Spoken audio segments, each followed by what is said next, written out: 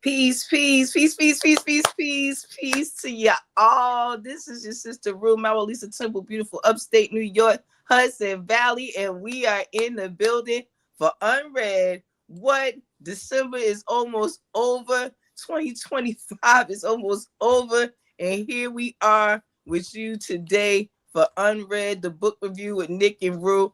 I'm excited to be back. We've been away for a little bit, but you know what? We've been doing the work. So, hey, let me let you know. Check out some of the other stuff we've been doing since we've been gone. You'll really get an earful. But for right now, we're here on UnRead with Nick and Roo on this Saturn day. Nick has a wonderful book. I have a fantastic book that I got a great story to go with. But before we do all that, we're just going to say peace to you all and welcome here. Welcome. If this is your first time, welcome. If you're coming back, welcome back. And as I said, I'm your sister, Roo. This is Nick. Nick, come on, bring us in here. Tell us what's going on. All right. Peace to the family. Peace and love, everybody out there. I am particularly excited about this episode because this was the episode we were supposed to do about a month ago. We already had these books picked out, and this is one of the weeks in which we know what each other is bringing. It's not a surprise week. We know what each other is bringing, but all we know is the titles of the books. Neither one of us looked up the books and did any research on them. So all we know is the titles, and the titles. I know Roo's title got me intrigued, and she been building the hype up, building the anticipation for it. You know, got me on the edge of my seat, like counting down the days. Like, man, when is UnRead coming? So I can find out what she got for me in this book. And you know, she been teasing me. She was teasing me offline, showing me how many bookmarks she got in there. So I'm like, oh man, look, crazy. So. Yeah, I've been on the edge of my seat, you know, bubbling with anticipation for what she's going to bring. And of course, our books more than likely will connect in some way. And just to give the mathematics for today is the 13th. 1 and 3 is the 4. So we're under that energy of the number 13 and the number 4. That 13, that power and dominion number, also connected to the divine feminine, also connected to transformation. And then when we add up the month, day, and the year, December 13th, 2025, it adds up to a 7 universal day, 7, which is God, 7, which is connected to everything spiritual, everything metaphysical, everything religious. So these books that we're bringing to you are right in alignment with the energy for today. You know? Absolutely. Yep. So yep. So I'm here. I'm ready to jump into it. You know, we've had a great week rounding off our Human Rights Week with UnRead. So I couldn't think of a better way to end off these conversations on human rights. And when Roo gives her offering, she will even show you how her offering is connected to what we've been talking about all week. So let's get into it. Listen, you know they say age before beauty, so I'm gonna let you go ahead because you know I'm the beautiful one. So I'm gonna let you go ahead and I'm gonna let you get started first because yes, I have been teasing you with this book because it's been a long time coming. This is one of those books where you guys know if you've been with us at UnRead, if I feel like something is like above my level, I'm just like, okay, I'll hold on to this one till I get a little bit more instruction. But this book, like I said, come with a story and a tantrum. And oh yeah, this is a book right here. And yes, it has some great stuff in here, something for everyone. And I'm excited to be able to bring it to you this week. But Nick, I'm gonna let you go ahead in all seriousness and get started with your offering for this week. All right. See what she just did. She did the same thing she did to me. She's doing to y'all, but she gave y'all the the light, the light version of it. And now she got all of y'all out there. Can't wait to see what she's bringing. So let me go ahead and warm up the stage. I'm the opening act. I'm gonna warm up the stage for her because she's gonna go in.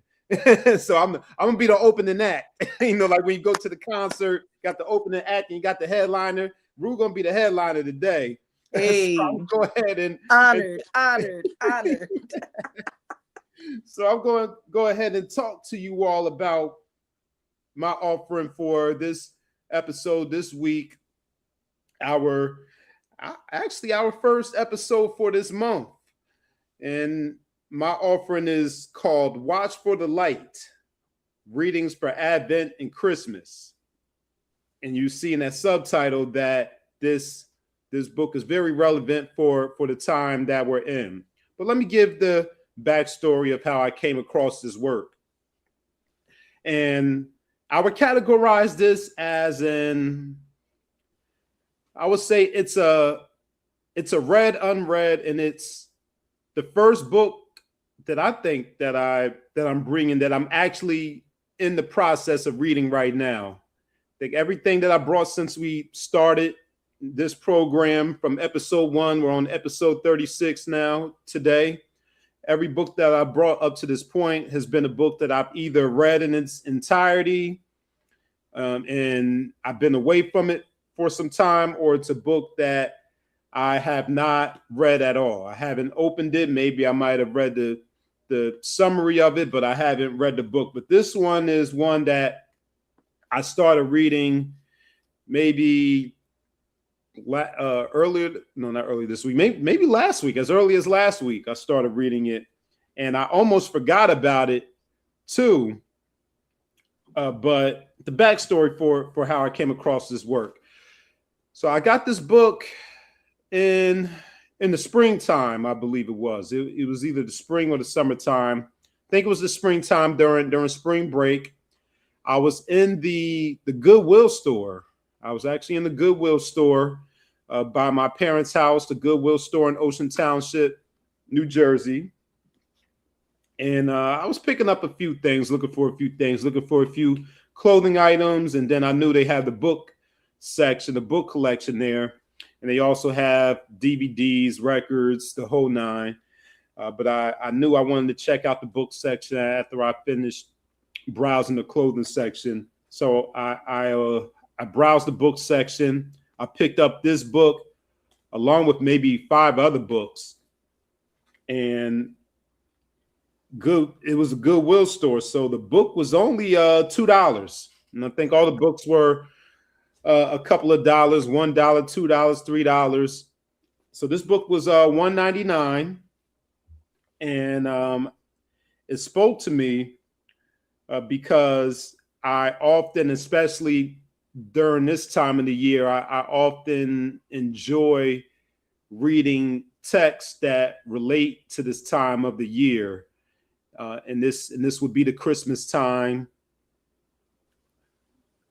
Scriptures, religious texts, spiritual texts, mostly that relate to the season of Christmas, and also, spiritual and metaphysical texts. And I enjoy doing the comparison and examining the overlap between the secular or the pagan and the religious and the spiritual and the occult side of these holidays. So let me tell you about Watch for the Light. It is an anthology, so it's not one author. There's several authors. There was an editor that brought together several Christian writers whom I'm not familiar with, but there is one that seems to be pretty popular. It seems most people are familiar with C.S. Lewis. C.S. Lewis is one of the contributors to this work. And it's categorized as spirituality, Advent, and Christmas. And just to share the description, and then I'll share a little bit about what's on the inside. It says, from the world's best loved writers, a spiritual reading for every day of the holiday season. This unparalleled anthology from Thomas Aquinas, if I'm saying that right, I recognize that name too, to Gustavo Gutierrez, Meister Eckhart, to Annie Dillard, John Donne. Oh yeah, I remember him because he wrote some poems that we read in the English class. To Sylvia Plath, I think I heard of her also. Martin Luther. Oh yeah, we know that guy, Martin Luther, from American history and him starting up that church and nailing that letter or whatever it is to the door. To Eberhard Arnold. They offer wisdom, beauty, and spiritual nourishment from a wide spectrum of classic and contemporary writers. With a selection for every day from the beginning of Advent to Epiphany, Watch for the Light can be opened at leisure or followed as a guide to daily devotions. Either way, its subtle and beautiful reflections on the true meaning of the season will give new dimension to the phrase holiday preparations. And let me show the cover. Very nice. Let me do this. Yep, do that. Here we go. Yep. All right. Yeah. Watch for the lights. So we got a nice little forest view there with snow and some trees to represent. Like up here. Yeah, right. It does. And I thought the title was significant because not only because of Jesus Christ, and to quote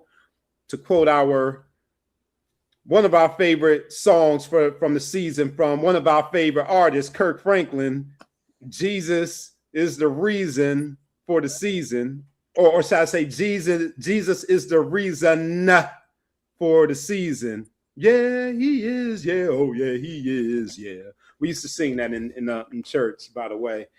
Yeah, Roo loves when I sing. So crazy. Y'all gotta hear him sing. He is a mess, yo. If you haven't caught it, tune into UnRead. You get a little karaoke on the side. Maybe we should rename it, UnRead with Nick and Roo, a little bit of karaoke on the side. Yeah, right. A little bit of karaoke Exactly. on the side, but do continue, please. Exactly. And I brought up the title, Watch for the Light. And in scripture, Jesus is referred to the light, the morning star. Jesus is the light of the world. And that title stands out. And light is a common motif throughout canonical and non-canonical scripture. And it also has parallels to astrotheology when we talk about the light. So according to astrotheology, Jesus represents the sun, S-U-N, and Jesus's birthday is celebrated on December 25th in accordance or relation to the winter solstice, when the sun quote unquote dies on December 21st or 22nd, when we have the longest day of darkness, and then 3 days later the sun starts to move again, and December 25th marks the date or the time where we gradually see more and more light. We get more and more light, more and more hours of daylight, or minutes of daylight. I won't say hours, minutes of daylight added to the day until it reaches its peak on June 21st at the summer solstice. So it says, watch for the light. We think of light as Jesus being the light of the world, and that spark of that inspiration to save humanity from a world of sin.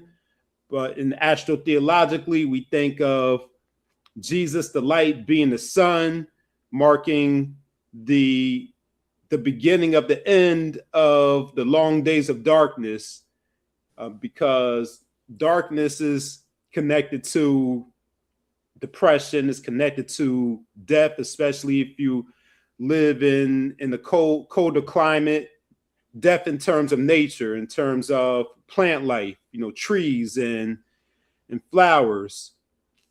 Nothing grows during the wintertime or during this time of the year. It's nothing but sticks.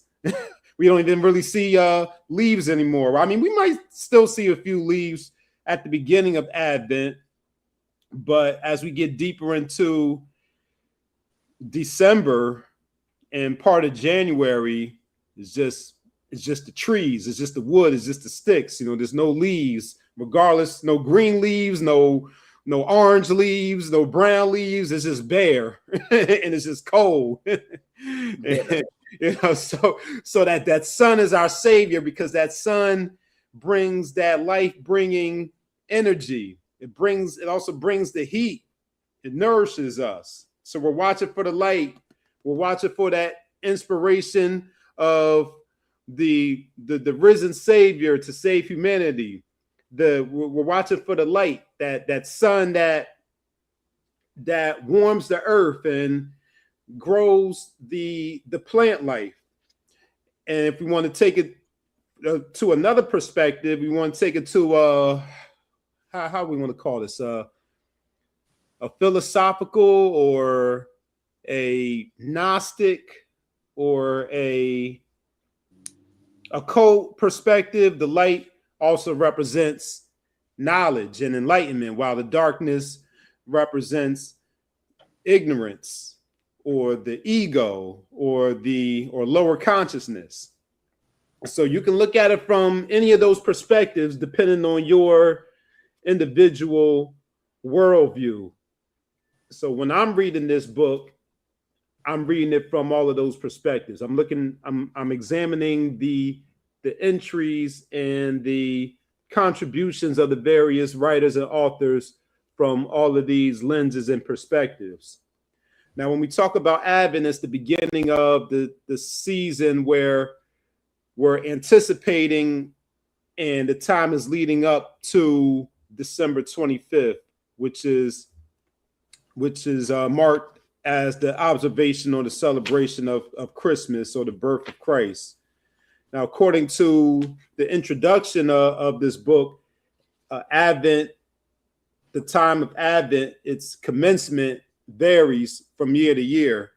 So the editors of this book, they started at a time where it's early enough to account for the changes in Advent. And so the entries start on November 24th. So it starts on November 24th, and it goes past Christmas Day, December 25th, all the way up to January 7th.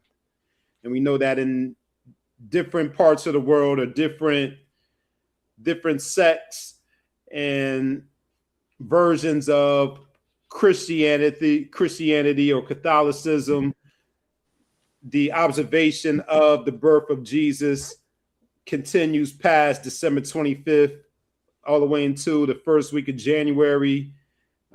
It kind of slips my mind what the name of those observations are. Is it not King's Day, but those holidays that are observed beyond December 25th in other parts of the world. So it takes into account all of those dates. So what I'll do is, also, by the way, it's a variety of writings. There's essays, very academic, scholarly essays. There's also poetry in here. Shout out to Pranoia Starcy Podcast in the house. Made it back in. She was here early before we even went live. So shout out to you. I'll be on there tonight, by the way. Just a quick plug. Quick plug. Starcy Podcast on YouTube. I'll be on there tonight, 9:15 Eastern Time. Quick plug. All right, back to the reading. I do a little quick commercial break. Quick commercial. I love it.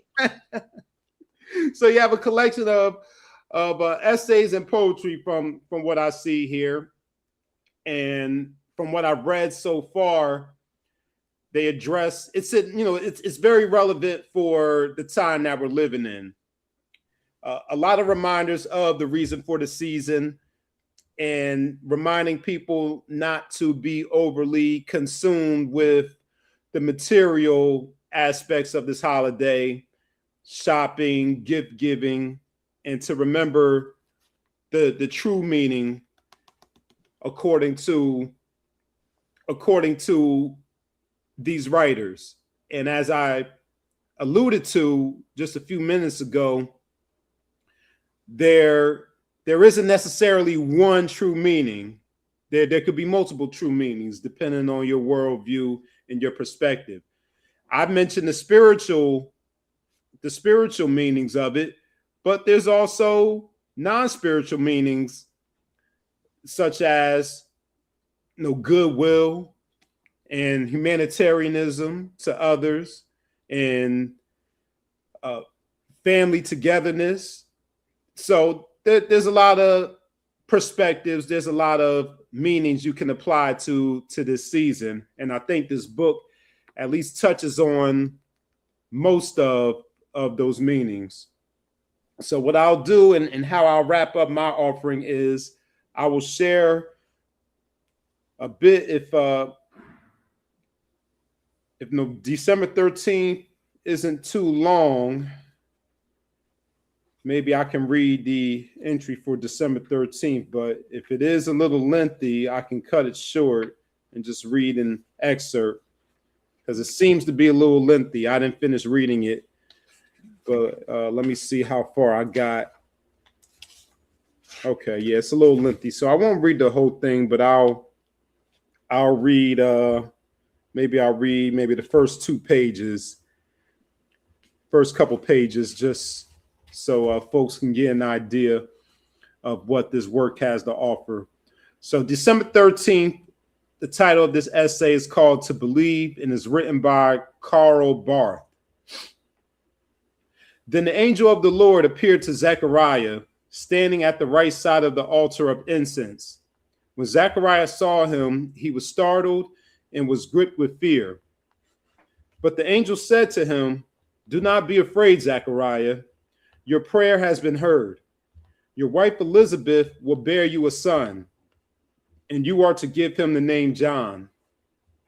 Zechariah asked the angel, "How can I be sure of this? I am an old man, and my wife is well along in years." The angel answered, "I am Gabriel. I stand in the presence of God, and I have been sent to speak to you and to tell you this good news. And now you will be silent and not be able to speak until the day this happens, because you did not believe my words, which will come true at their proper time." Meanwhile, the people were waiting for Zechariah and wondering why he stayed so long in the temple. When he came out, he could not speak to them. They realized he had seen a vision in the temple, for he kept making signs to them, but remained unable to speak. And that comes from the book of Luke, chapter 1, verses 11 through 22. Look at those massive numbers there, 11 and 22. And you know I love that number 22. I'm a number 22 person. Yeah, 22's over here too. So you know. Yep. Second month, second day.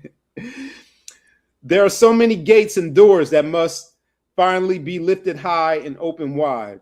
And there are still many prisoners who must finally be set free. Prisoners. That must Article 9. Article 9. Article 9. Human rights. Hashtag Article 9.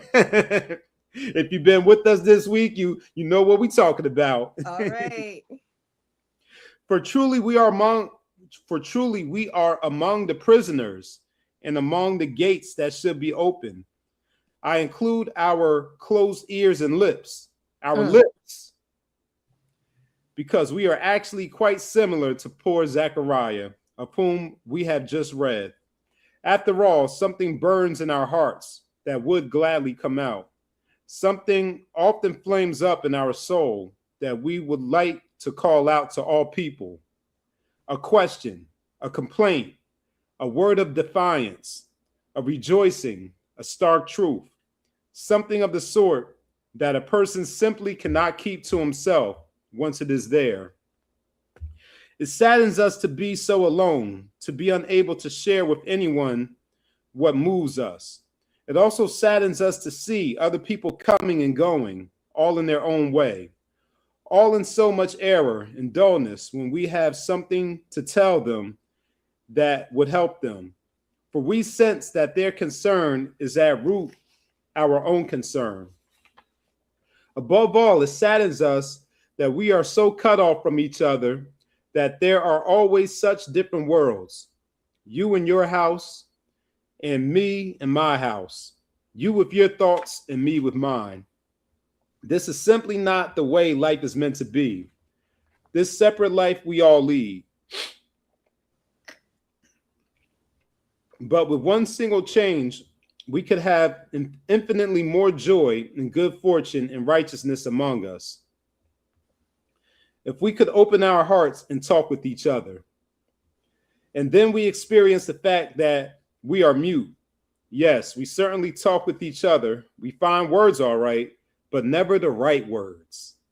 Never the words that would really do justice to what actually moves us, what actually lives in us. Never the words that would really lead us out of our loneliness into community. Our talk is always such an imperfect, wooden, dead talk.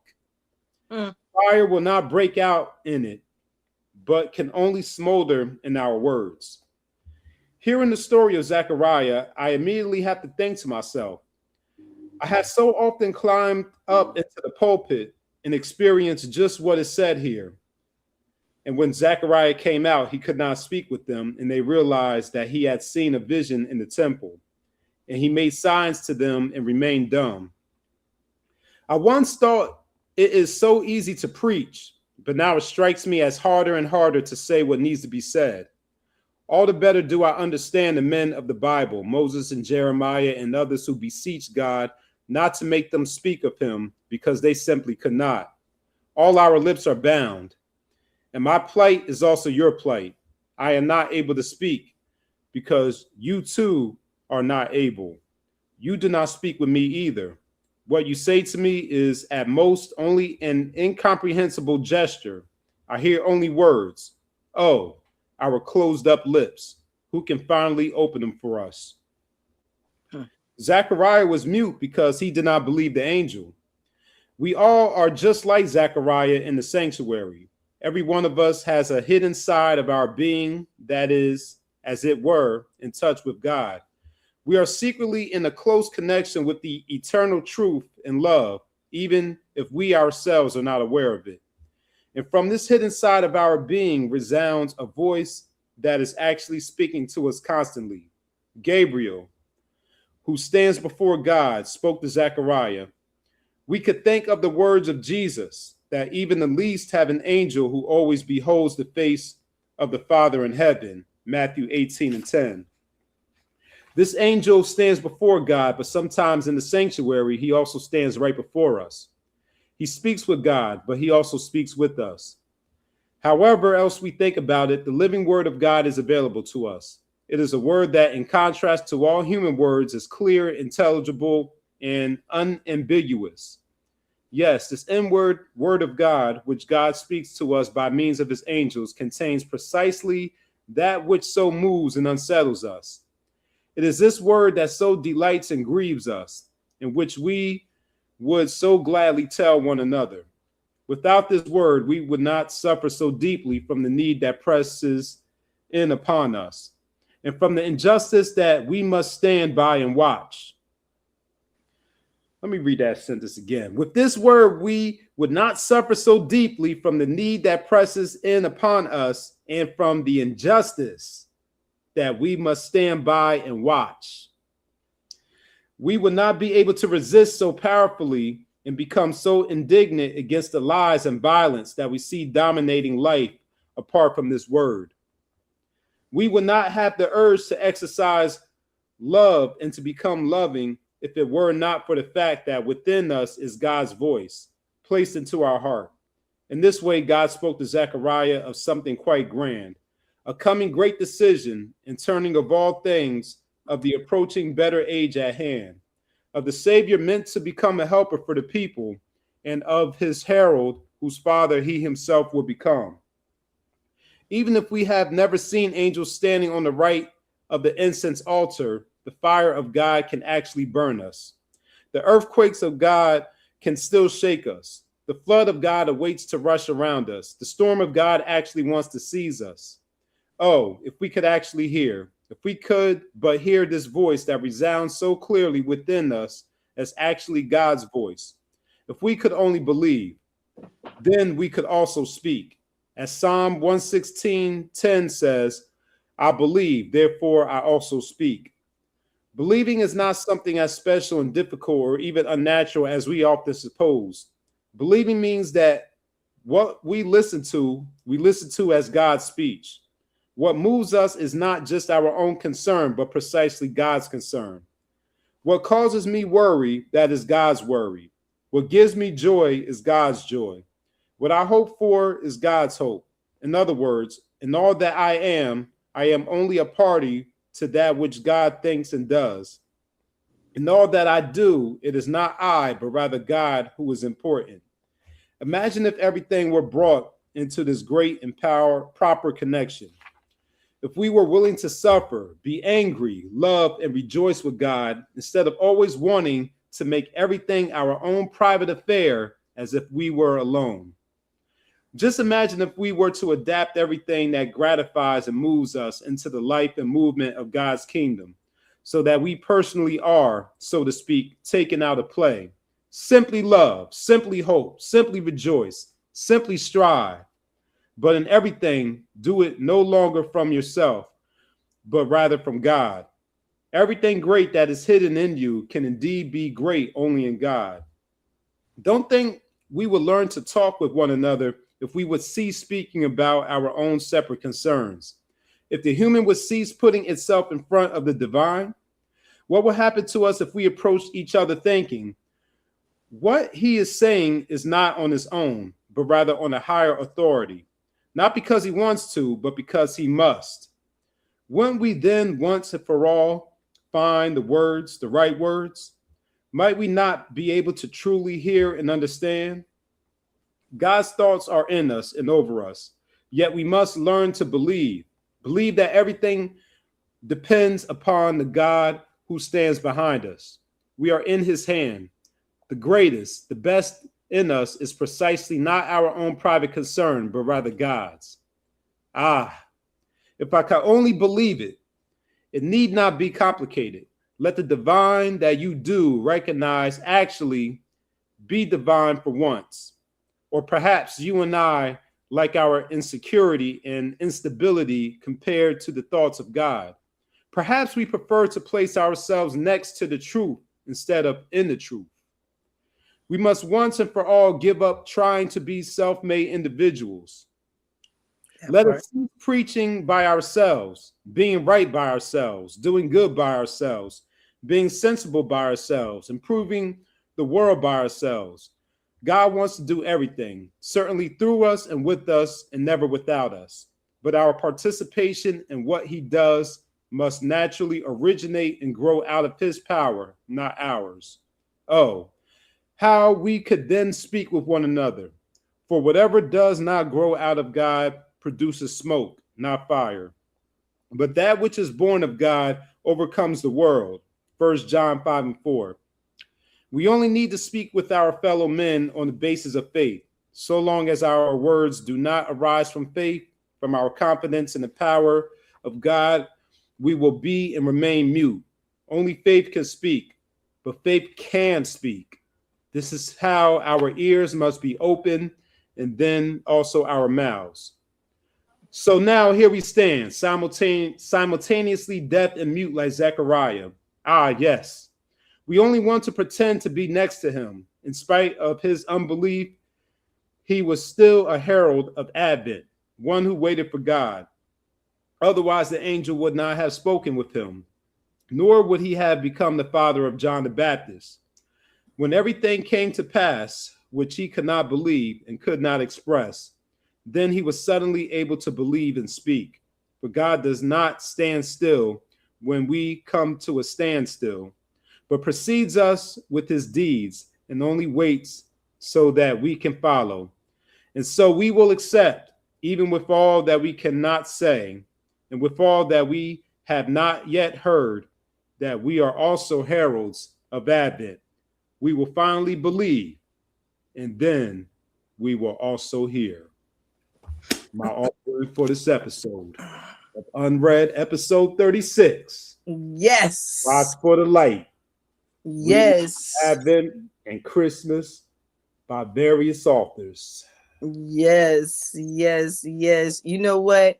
It was so many points that you were hitting on, and it's great that you started with saying how you can look at this in so many different ways, because I was thinking about Quranic verses that align with some of that. I was thinking about hadiths that align with some of that. I was thinking about folklore stories that align with some of that, ancient Greek stories that align with some of that. So it's definitely one of those, regardless of what your walk is or your background is, you can begin to find ways to tie this into, you know, a seed for thought of what you're doing right there.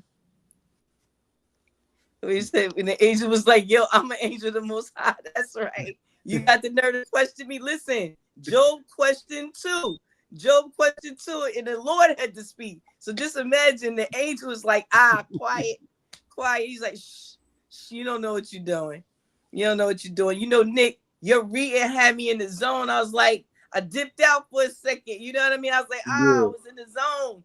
You know, this is why, you know, I'm so adamant that this is why, you know, the old philosophers used to lay back and just, you know, kicking on the Chase Lounge, because you just be in the zone. You just be like, yeah, keep reading that good stuff. You know what I mean? So definitely a powerful offering. I wanted to say, in the midst of my drifting into the sea space, you know, I was gonna say, you know, the references that you were making there, I really did see the numbers lining up with some you know, that numerology lining up with some of the information in those particular scripts. So it's like you really do see two different practices coming together, making you really realize that it's one practice. You know, it's just different ways to look at it, and that's just amazing. I love that. And I think that it fosters more growth that way, when you're able to, you know, like, okay, I'm gonna look at it from here first, then I'm gonna look at it from here. And for somebody that's a researcher, you really, really, really could have a, you know, interesting time diving in to this. And I can only imagine if one day was like that, what you could do with all the days of Advent. So wonderful offering. And thank you for helping me with the little dip there, because you know I was feeling nice. You know, it sounds feeling nice right there. Just woo, you know. Yeah. Take you there. Let you get in the zone. Get ready for your offering. You know, but I'm gonna need a better chair, so if I doze off, you know, at least I'm not leaning off the side of the chair or something. You know. Oh listen, yeah, it is what it is. Yeah, we don't need you falling over. Listen. I take gifts all year round, not just on my birthday. You know what I'm saying? So yeah, somebody want to give me a nice little lounging chair, I ain't gonna be mad at him. You know what I'm saying? Yeah, y'all heard her. Hey, listen. So we this many days in, Nick. Now, have you been reading every day up to today? Well, no, I'm a little late, but what I'm doing is I'm backlogging. So I'm going back and I'm reading I'm starting from the beginning and I'm getting caught up. So I'm reading one from November to get caught up, and then I'm reading the current day. Okay, I like how you're doing that. I like how you're doing that. I like how you're doing that. Yeah, because I'm like, I forgot I had this book, and the reading started in November. Right. You know, I was gonna say that would be quite interesting. It would be quite interesting to hear if this one is this detailed, how much, you know, more information had been shared before that was relevant to what they put at that date and that offering, because it does build upon itself. So I'm interested to see how it did that in that particular offering. But which have any stood out to you more than others from the ones you've read so far? Because that one was excellent. I would actually really like to I'm gonna have to go back and listen to the playback again to take Yeah, down all the numbers, but I definitely love to put those numbers down because they were very significant. yeah. You know what? You know what I'll do? I'll just I'll pull the reading out of the video, just make it a separate. Pull that clip out, however many minutes it was, because I ended up reading the whole thing. Initially, I was just going to read the first couple pages, but I'm like, you know what? Let me go ahead and read the rest of it so we can really get the full message there. So after we get done with this episode, I'll just pull that section out, make that a standalone, so you could go back and read that, and then also I can send you over the pages too, because I know we audio and we visual with it. Absolutely. Absolutely. But no, I'm with you, because I started reading this one earlier, but I didn't finish it. I just finished it just now, and I'm like, I'm blown away myself. Absolutely. Like, okay, it's going this way with it. And I actually took my time this time, because I think when I read it earlier this rising, I wasn't fully present for right, it. Right. Part of me was still waking up, because I worked today. So part of me was still waking up. Part of me was kind of watching the time, making sure I'm not taking too long to get ready, and I'm not running late. So right now, this moment right here, I was fully in the moment, and I fully captured everything that was being said, because I definitely missed out on the opening of this, and this definitely resonating more. So I would say, from all the ones that I read so far, this one has got to be the most powerful one that I've read so far. And in the opening, what was it that really stood out to you more than it had before? You know what? I knew, I knew I was familiar with John the Baptist, Zechariah's son, and his role as being the forerunner for Jesus Christ, but I didn't quite get or grasp where this was going between Zechariah being mute and John the Baptist and Jesus Christ. I wasn't able to really have an understanding of where this was going, especially where the writer was going with the muteness and the speaking and the word, where he was going with that. But when I reread it, up to the point where I left off, I start to see the connection between the text and where we are now, as far as what's going on in the world and the importance of unity and togetherness and using our voice and believing in ourselves. We didn't believe the angel, or Zechariah didn't believe the angel. Now we have trouble, or we have challenges with believing in ourselves and believing in our higher self. Absolutely. So I was connecting those dots. I was connected to the human rights conversations, about when he was speaking about injustice. Yes. And speaking out against injustice. Yes. So it's just starting to, the light bulbs are coming on, the dots are connecting, things are clicking. Right, absolutely. I mean, just from that reading, you could write a whole nother paper, whole nother little booklet, you know what I mean, offering. Because I also, the muteness stood out to me, like what I'm about the symbology. So I was like, yes, what is that muteness symbolic of? And And do we see that today? Do we have that same feeling of muteness? Because in the muteness was also a feeling of hopelessness almost. It resonated as. So, you see the hopelessness here, in the times that we are in. So again, shout out to Human Rights Week, because saying we brought some fantastic articles and they are lining up with just so far the offering that you have. So for sure that this is a time for us to be paying attention. So those with eyes that see and ears that hear really see that these things are lining up. There's alignments happening, and the information is here for you to be able to understand, and grasp the greatest lessons from this time that we're in right now. Yes, indeed. Yes, indeed.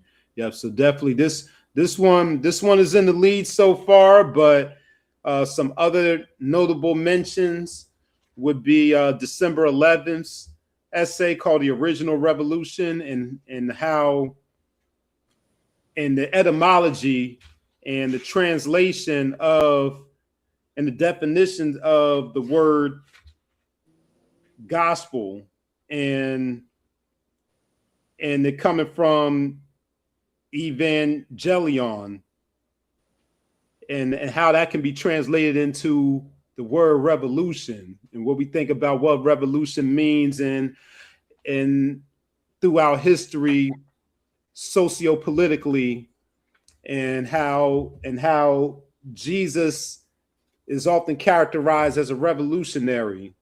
Yes. And the model that it serves, for us. So December 11th definitely stood out. I think, what was the other one? December 7th, I think it was.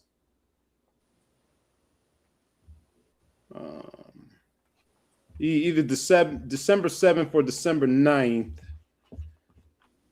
Well, both December 7th and December 9th, actually. Definitely. It seems like every one of them have something amazing to offer. Yeah, they do. They do. I also marked November 24th.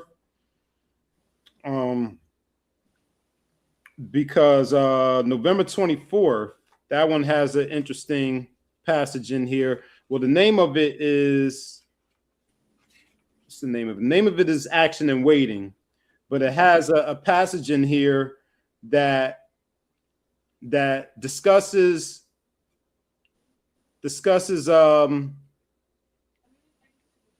spiritual insights, and how the Advent season is about waiting, but we're not necessarily, everything doesn't necessarily have to be a super deep or super highly spiritual concept or thing that we're waiting for. Our waiting time and our transformation time can be as simple as paying attention to our bodies and not neglecting our bodies, and treating our bodies as temples. The author asks, why do you drink so much? Why do you eat so much food? So very simple things such as that. That's what stood out about the November 24th. And the November 24th happens to be around the Thanksgiving holiday too. Talking about look at that. Yep. and it talks about the importance of speaking in practical terms. And what Christ is coming means for us right now. So that's what November 24th stood out. And then I mentioned December 7th. And December 7th is called the penitential season. And I marked a passage in here that he took a shot at some of our more secular or quote unquote pagan practices. And he says the depletion of a contemporary recognition of the radically political character of Advent is in large measure occasioned by the illiteracy of church folk about the second Advent, and in the mainline churches, the persistent quietism of pastors preachers and teachers about the second coming, that topic has been allowed to be preempted and usurped by astrologers, sectarian quacks, and multifarious hucksters. Uh-oh, is that us? Wait a minute.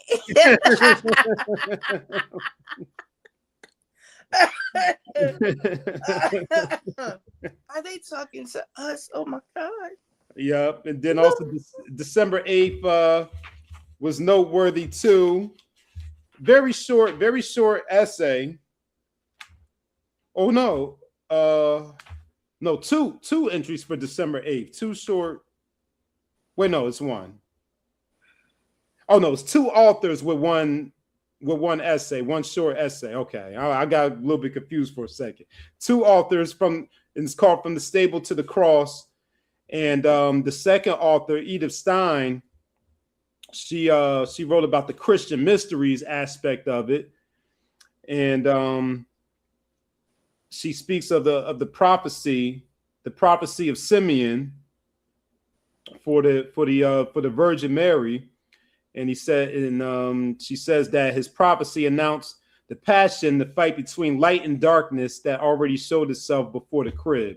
So you have that reference to the light and dark again that I mentioned at the opening. And then the last noteworthy one was December 9th. And that one was called Yielding to God. Mm. And what this writer says about spiritual death is that spiritual death is the working of God coming down and penetrating to the depths of our hearts and not of our own souls climbing. No ladder of mysticism can ever meet or find or possess God. And there's also a line in here that says Christ did not spring armed from the head of Zeus. See, I told you mythology. Yep, I saw the tie-ins, some of the other ones. Yes, and the other one that you read, I saw the mythology tie. Mm-hmm. Yes. Mm-hmm. And also, yeah, so December 9th was another one too, because there was a couple of passages I marked talking about the word becoming flesh. Yes. That logos, right? Yes, that logos. We brought that book, right? Mm-hmm. We did. Oh yeah. I forgot about that. About that. Yep. We do not come to know God by musing or by contemplating our highest ideals in splendid spiritual isolation, nor by disputing religious points and striving for a state of spiritual perfection. No, God comes to us when we offer a cup of water to the thirsty, whether it be plain water in an enamel cup or the water of life found in God's word. Yeah, so yes. Yep. Yes, definitely. Well, that is a powerful offering. I definitely listen. $2, you can't beat that, bro. Yep. $2. And when was that published? Good question. I forgot to mention that because I usually give the publication date. So this is copyright 2001. Okay. So it's published in 2001, but the writings, the are older, right? Yes. Well, they're older. Some older, some newer, right. Some in between. So it's a variety. Yeah, because Lewis is older, and Dunn is older. Yes. So yes, I definitely would love to add that one to my collection because I definitely see where we could end up with a whole notebook of stuff to talk about after that. Because you think about it, if you took notes every day just to tie your today into what was going in, you would have a whole book, at the end. Yes. See, I be dozing out, y'all, but my heart and my mind is always right here in these books, right though. There. Know that. Yep, right there. Yeah, no, but what? I'm gonna just tell you, thank you so much for bringing that kind of offering. I'm being honest about how when you were reading that, being able to see all the connections to all the different places to where you can get it from. I mean, it really begins to open your mind and relax you and allow you to let go some of the preconceived notions by just listening, even just allowing the thought of, another perspective to be able to help you better understand. Because sometimes looking at it from another angle will really help you better understand. And so in this offering, it seems very well rounded in that way, that it gives you a place that you can, that it just makes you start to think from different ways. Because like I said, it doesn't mention the Quran there, but knowing some of the ayat of Quran, I'm sitting here saying, wow, that ties to this, and that ties to this, and that ties to this. And so you just really relaxed me. And I was just like, yes. Because I was in the zone. But I love it. I love it. I would love to add that one. And if I could find it for $2, watch out now. Yep. I put the Amazon link in there, so yes. it's gonna be a little bit more. Yeah, it's gonna be $2 online, but hey, maybe if you go on thrift books, it might be $2. Listen, you know what? I tell you, books have a way of finding us. Believe me, it'll find me. It'll get to me. It'll get to me. $2. Yeah, he got it for $2. Yeah, at the thrift spot. Yeah, Did. I would show it to y'all, but I took the sticker off so you could see the whole cover. But the sticker, the price sticker is right there. $2. Yep, he got it for $2, but that's all right. It's worth it. We will travel for books, and we will save up for books. Trust me. Yep. Oh, well, I guess it's my turn, huh? Oh yeah, I done warmed it up for you. Oh man, you warmed it up. You warmed it up. You softened me up and helped me get a little, but you're gonna turn right back up once you reminded of how you got mad at that book. I always turn up when it comes to these books. I love these books, man. This is where my joy is at for sure. I'm so glad. First, let me just say thank you everyone for being here with us again for another episode of UnRead. We are just so glad to be able to bring you these books, these offerings every 2 weeks on Saturday at 2:30 here over on Mr. Westbrook's page on YouTube. If you do not follow us on Instagram, please go over there and do that. I am at Mawulisatemple 1, and Mr. Westbrooks is at Mr. Westbrooks. And it will keep you updated to all the things we have going on. He will be on Pro Noya Starseed later on this evening. Shout out to Pro Noya for being here with us and supporting us on this episode of UnRead. So with that being said, my book. So this is my book here. Okay. Give me 1 second. I'm gonna get your banner up, and then I'll put that on the screen. Put that back up. So yeah, there you go. All right. Oh wait, wrong person. Not me. Don't put me up there. Put you up there. Hold on. Hold on. Okay, there we go. Yep, and let's move it to yep, there you go. Yep, and then let's move it up a little bit so we can see the bottom. Like move it up, like not closer. I mean like up. Not in, but up. Yeah. There we go. There it is. Mysteries of the cross and mysteries. All right, of the great cross. This is the mysteries. This is the mysteries of the Great Cross of Hendaye, Alchemy, and the End of Time. Jay Weidner and Vincent Bridges.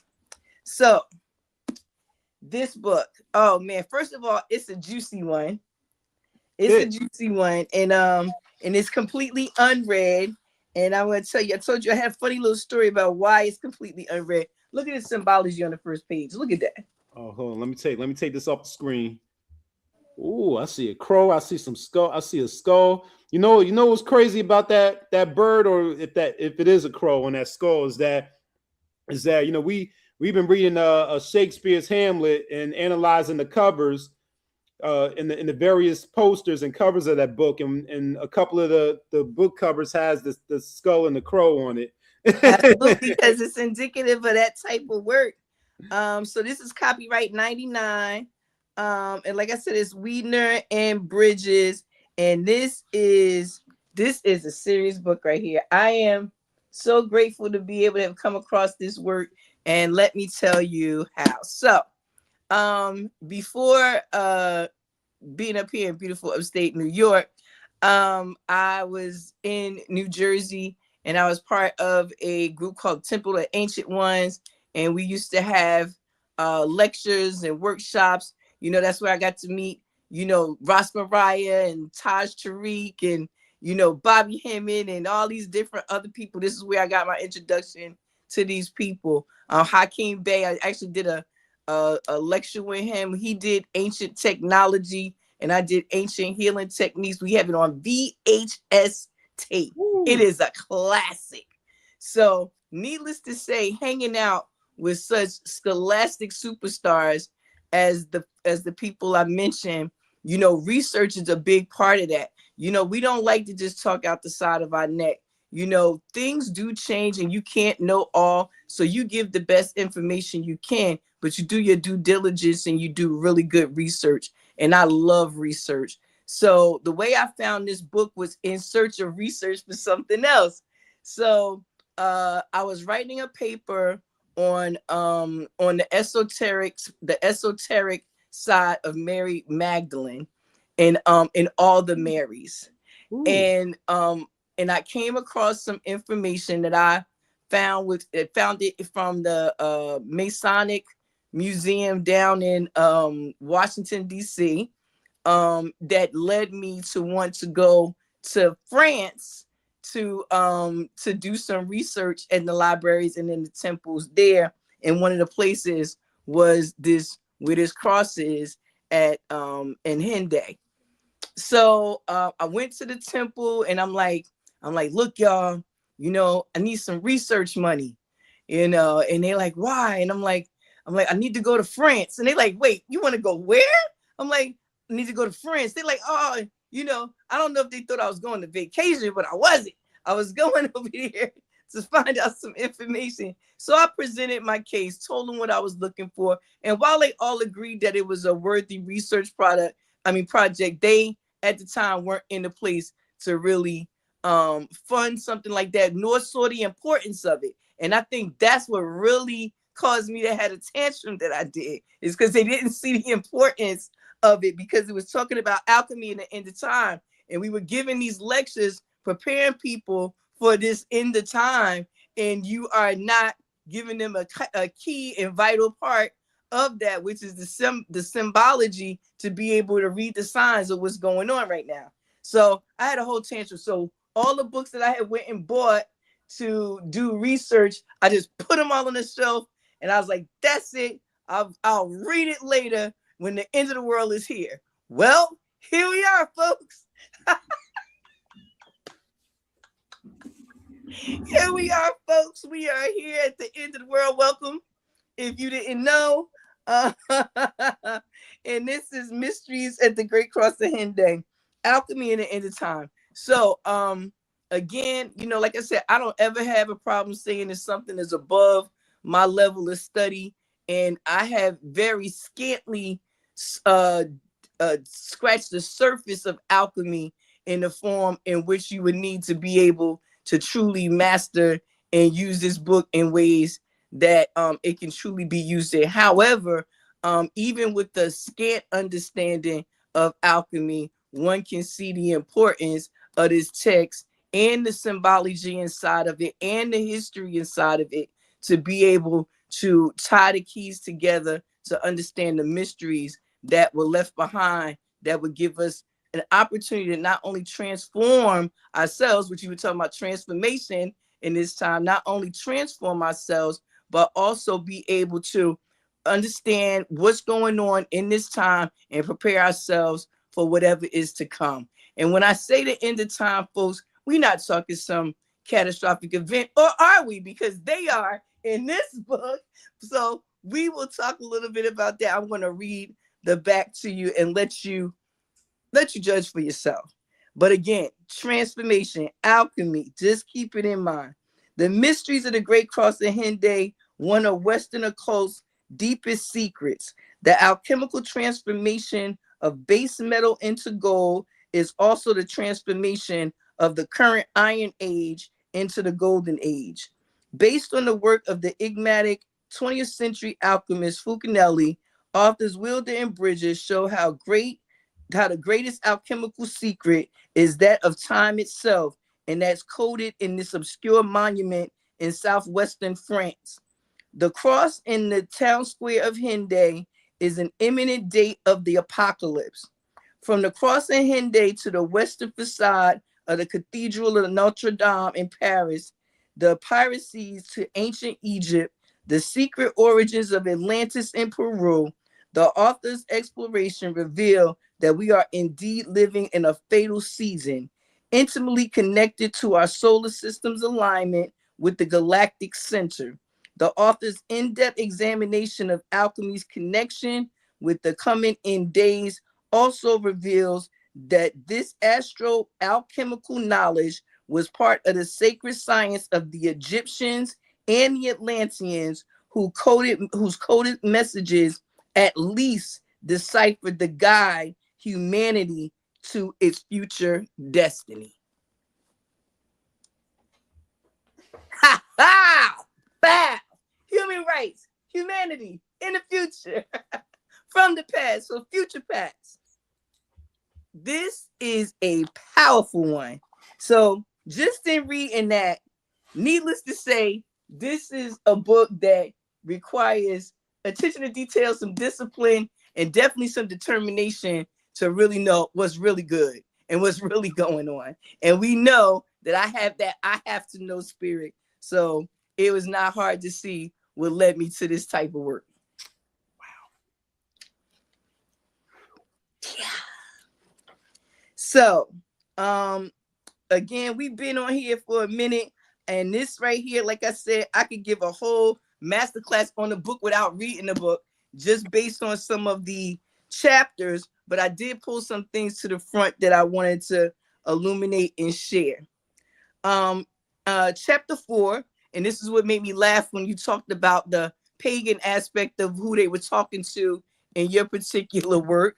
In chapter 4, it talks about the ancient illuminated astronomy and how that ties to astrology, the temple of Hera and the Jews from Israel, how it ties to the tree of life formed from the overlapping circles and spheres of the abstractions, the telly, the cycle, the serpents in the sky. And it even has some of the scriptures mentioned here. And it talks about Matthew 13, 31, 33. Now we talk about numbers lining up, right? 13, 31, 33, and Mark 4, 30, 32. And it talks about the kingdom of heaven is like the mustard seed, which man took and planted in his field. So again, lots of scripture passages in here, as one would imagine, lot of Hebrew and Arabic and other language in here, because it touches on a little bit of everything. This is the Hebrew letter the Hebrew letter Hey, and it's like a pictogram of a window. So when you see this symbol here, it's Hey in Hebrew. And then one of the other thing that was from chapter 4, from chapter, what is this one here? This one is chapter 6. It's the Grail Knights, Perfecti, and the Illumined Sages of Provence. So it talks about these Illumined Sages like Barbarossa and some of the others who were there with the Holy Roman Empire in the 4th century, and how this work here was fed from some of the Egyptian work, and it has a lot of symbology of the architecture that's there, and how it, and they show you how it ties into the architecture in Egypt. But this is in France, but it ties to the one in Egypt. You got the Tekken right there. That's what that is. Yes.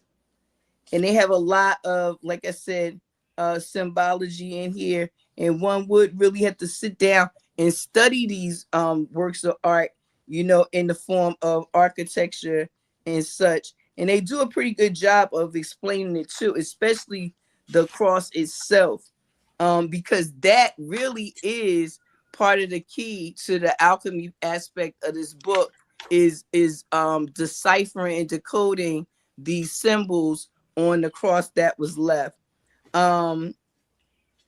Now, I said I had something for you, Nick. Oh, So boy. we're going to jump right on over there where it's at. So we know you love your numbers, right? Numerology. So over here in this chapter on the cathedrals itself, remember I was talking about the that aspect of the architecture and things like that. So of course, as most things are based on planetary symbology, is also based in the tree of life, right? And in here, you see it numbered, and you talked about the aspect of the sun being Jesus, and so it's numbered here in that way, with one being the center of the galaxy. Oh, all right. Oh, yeah. Okay.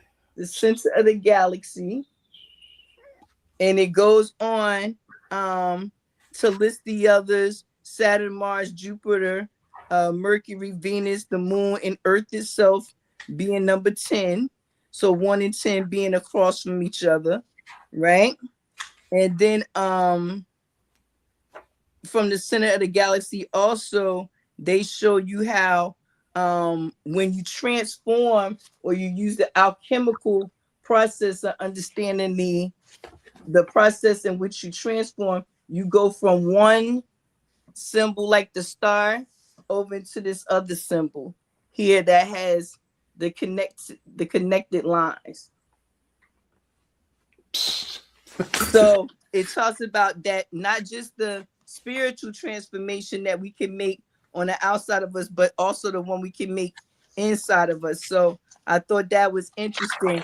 And they give all the planets numbers here, and they also give geometric patterns, which are numbers here. And they also give this little box that's like the Sudoku, it looked like to me.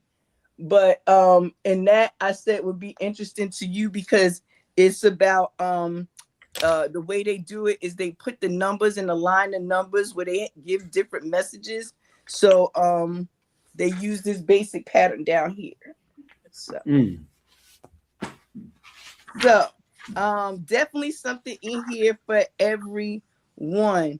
Now, this itself, this right here is the correspondence of the Hendaye cross, the tree of life, and the tarot. So this one is a heavy symbolic piece right here. You have to sit down with this one for a little bit. You okay over there, Nick? Yeah, they can't see me right now, but you can see me, but they can't see me. Oh yeah, you okay over there because you fall apart. I am. I'm fighting for my life, trying to hold it together. You fall apart, bro. It's okay. It's okay. But you know, I love the way that they have it all laid out. They have all the astrology symbols in the different quadrants.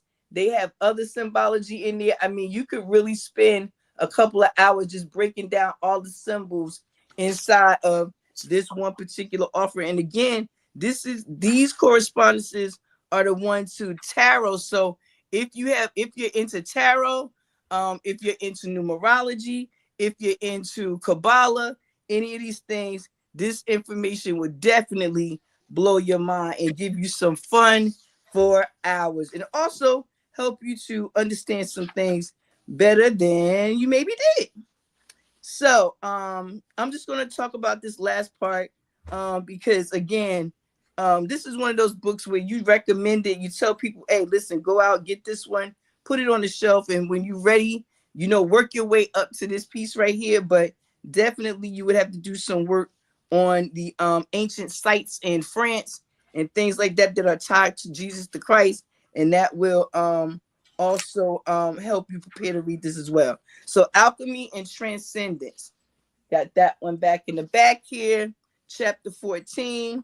And it says, our quest led us from Egypt to Europe, then on to Peru and Atlantis and beyond to Tibet, India, Nepal, and finally back to where we started, Egypt.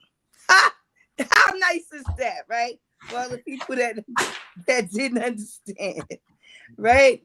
In that long journey, we discovered early on that alchemy and the sense of turning base metal into gold was merely a byproduct of a much greater attainment, that the transmutation of metals was possible and had in fact been part of the historical record from the 14th century right up to the 20th. And we believe the legends surrounding Fucanelli seem less important than such a transmutation said about the nature of reality and the significance of enlightenment. So using it all together, bringing it full circle, tying directly into Human Rights Week, tying into the end times, tying into transformation, tying into let's get it. We ain't never bored. So this is my offering. Mysteries of the Great Cross and Hendaye, Alchemy in the End of Time, Jay Weidner and Bridges.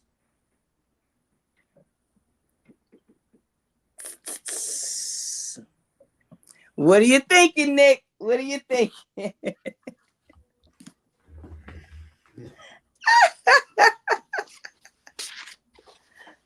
And we got some more math in there for you too, with coordinates and things like that, if you wanted to those. Yep, that is how we give it up.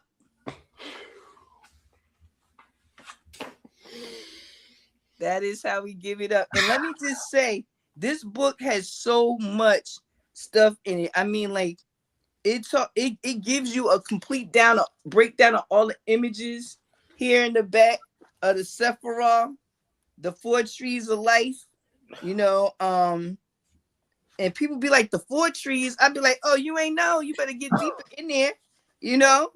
So they have the cyclic cross of Hendaye.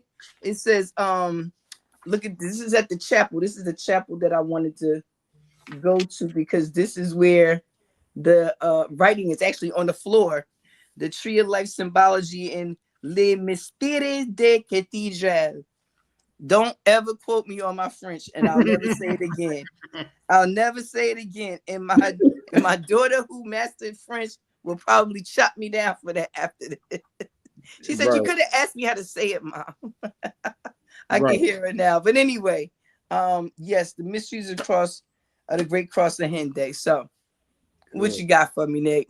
Good. No, well, you know, I mean, the wheels started turning, and then it wasn't just one wheel. Like all 4 wheels started turning, but they all weren't turning in the same direction. Like one was turning this way, then another one was turning the opposite way, and then one was turning sideways. I'm like, man, what goodness! Wow. Well, wow. When you started bringing out the trees, I started. You saw that diagram with the numbers. You know, I had to go bring out some cross references on that. You know, absolutely. You know, absolutely. Let me show you this. Let me put myself up here. Okay. So we can, yeah. Yes. Look right there. Yeah. English letters in relation. Yes. Yeah.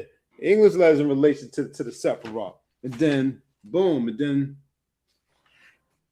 and the number, the numbered also. So you see the numbers. Yes. You see the one and the 10 right there across each other. At the top and the bottom, yes. Yeah, at the top and the bottom. And it got pillars too. Yes, absolutely. And with the planetary alignments that's been going on right now in our present day sky, they line up with a lot of the theories, if you will, or prophecies, if you will, that were left behind by studying those symbols and that symbology there at the cross. Mm-hmm. You got the 4 worlds there too. Yes, the 4 worlds. Yes, the 4 Uh-huh. trees. Yeah. Yes. Yes. So Yes. I heard, so them 4 trees, they weren't lost on me, All right. All right. All right. That's what I'm talking about. That's what Now I'm talking about. breaking them thing down, that that's another story. But You know what? It's a lot of sitting and staring and mm, contemplating and cross-referencing and thinking about other things that you read that may align with what it is you're looking at. It may not necessarily even come from the same culture. You know what I mean? But what did he show you? That it starts in Egypt and it ends back up in Egypt. You yeah, go all around the world, even to Atlantis and back. You know what I man, mean? So that messed me up too. I mean, the Egypt part, that was just confirmation, because right. we hear this repeatedly, that it starts in Egypt, Absolutely. but you threw on that it ends there also. I'm like, oh, it ends It there ends too. there as well. Absolutely. You And know, then, it's close. Think of it as closing a circle. You yeah, the know, closing cipher. a circle.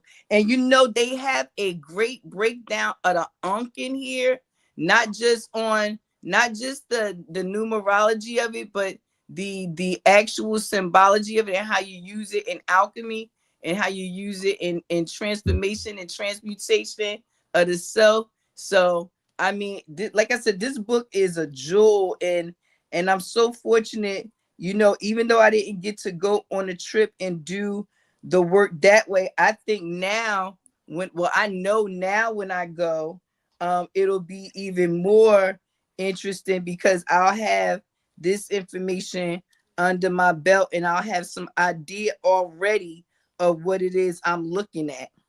Because see, there's more than one cathedral that you go to for this information. You know, there's several, and so the in looking at these different cathedrals, they show you things like the gargoyles and the figures and the small alchemical figures carved into the cornerstones of the buildings. We know that have to do with the masons because the masons laid the stone, and the stones is the building stone and the philosopher's stone and all the stones, and you are the builder and the mind is the builder.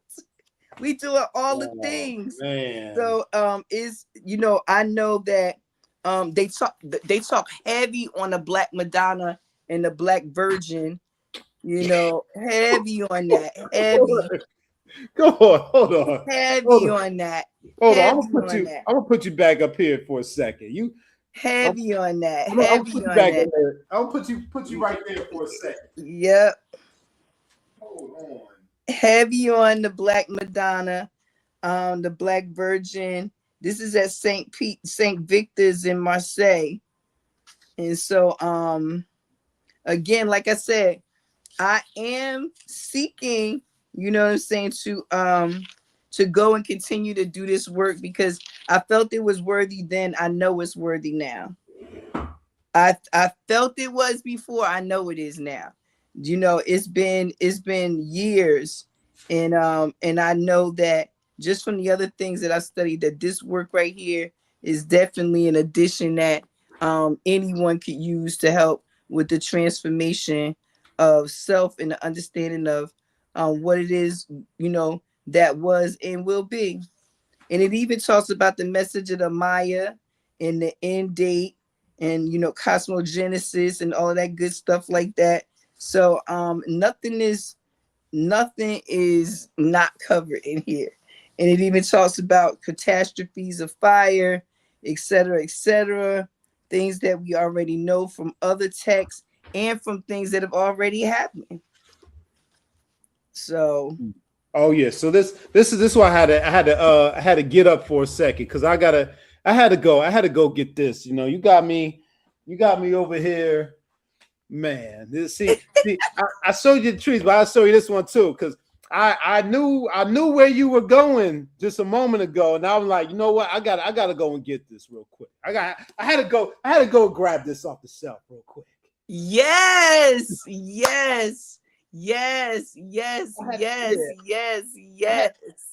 I had to go grab that off the shelf. That is beautiful, and it's definitely, like I said, go study the cathedrals are to be able to immerse yourself not only in the history, but the energy, because the energy is still there. So, again, using that even in the process, environment matters.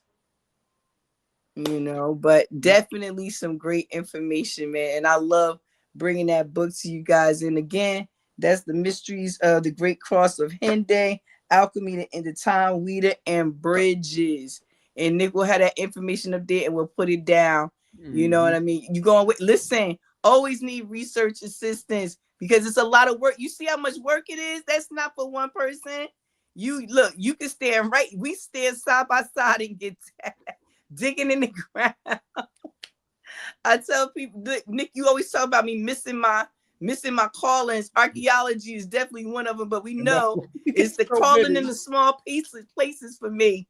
Not gonna do it, but she got so many. She got an archaeologist, a guy got a DJ, radio personality, chef.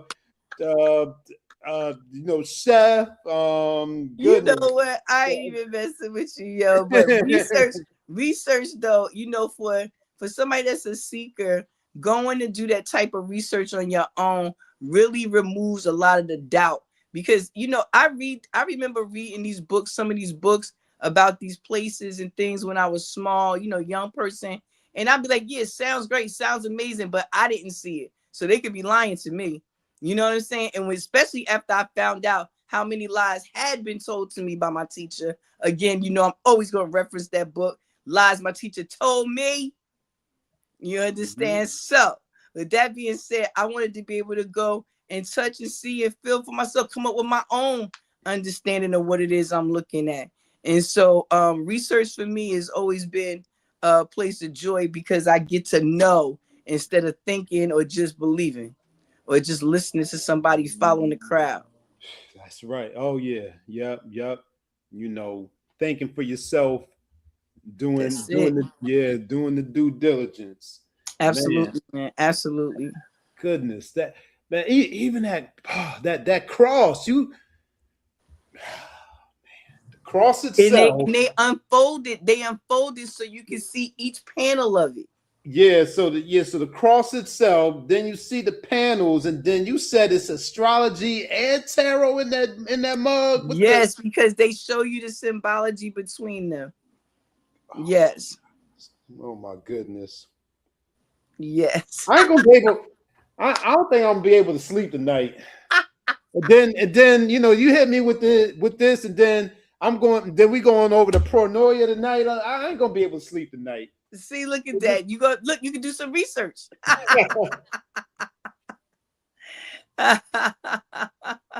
You can do some research. But you know what? I tell you like this. We know that that's one of the reasons we bring these books on UnRead is because there's so much joy in knowing. There's a lot of responsibility that goes with it. I just want to put that out there. And a lot of sleepless nights, but it is definitely worth it.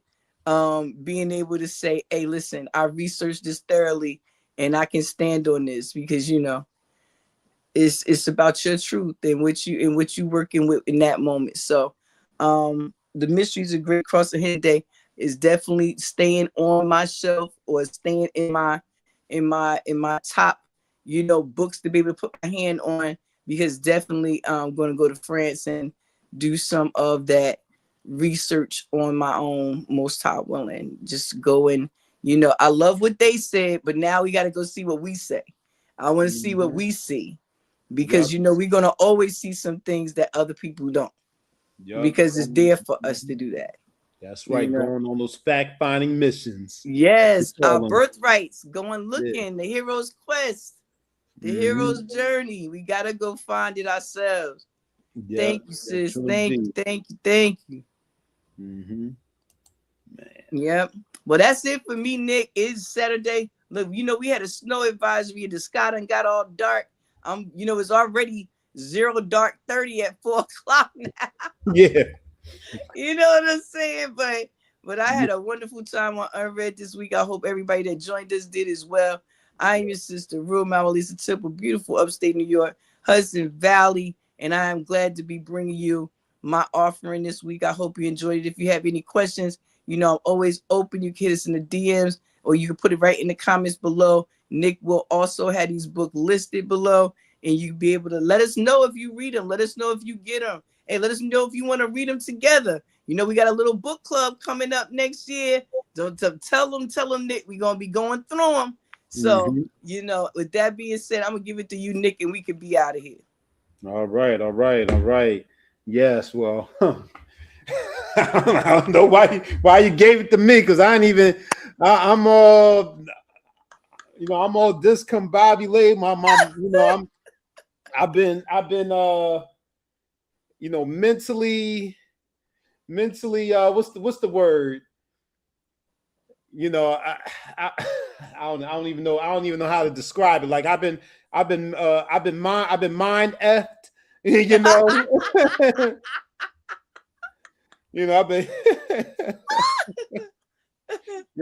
my mind f with a with a little bit of little bit of lubricant in there. I'm like what the I can't even with you, yo. You are a mess. You are a hot mess, yo. I don't even know what I'm about to do with myself next. Like, do I need to go outside in the cold and take a nice long walk or something? Man, goodness. Well, anyway, y'all. Let me just talk about what we got. What we got coming up next. So look, according to the calendar, yes, our next UnRead would be December 27th. Yes, December 27th, and it will be a surprise me. It will be a surprise me week. So I you know what? It's a good thing Roo brought that book this week, because if she brought that for a surprise me, I don't even know if I would have made it through the episode. And she surprised me with that one. With the mysteries of the Great Cross of Hendaye. I don't know, she knew better not to bring that as a surprise me. But now you have to ask yourself, if I brought that on a not surprise me, what could I be doing on a surprise me? Oh no, you wouldn't do nothing crazy and go even crazier than that for a surprise me. You wouldn't do that to me. You wouldn't do that to me. It is the holiday season, and we love giving. He wouldn't do that to me, y'all. She would not do that to me. Yeah. I don't know. You've been getting new books lately. I ain't got no new books, so I might be a little salty. So I might. Take it out. Listen, I am not keeping you from getting more books. As a matter of fact, I am the peer pressure, the bad influence. I am the bad influence that will tell you to get more books. Absolutely, you are. I got to talk to my pockets a little bit more, and then I'm about to use this Alchemy to make sure I bring some more books my way. You know what I mean? Hey, just go on them adventures. You already go past. The library, I go on great adventures and find great books. I do. Yeah, you already go. You already go past the library, so maybe you might go find you some thrift stores or something. I know the places to look. Don't you worry. Don't you worry. I ain't worried. Yeah. So definitely come tap back in. The week after next, but of course, what's your appetite by reaching out to us and tell us what you're reading in the meantime and what you recommend to us in the meantime. Just to hold you and us over until the next episode of UnRead. Maybe go back and revisit some of those past episodes over the course of the year or over the course of the past years. And catch us up. Absolutely. You know, that's what you could do in the meantime, because I know we're all gonna be burning with anticipation for the surprise me. Yes. Yeah, you know, but we thank y'all for watching, and enjoy the season, whether you observe any of the highly holy days or if you don't, you know, enjoy the season, cosmically, spiritually, all the things. Enjoy the light, because Yes. I know it's getting, you know, we're gonna be heading to the proverbial rock bottom next week, or the week after next. So just hold on, y'all. Hold on. The light is coming. Just hold on. It is coming. Yes. So we will see you on the next episode of UnRead Book Review with Nick and Roo. Take care. We love Peace, y'all. you. Peace.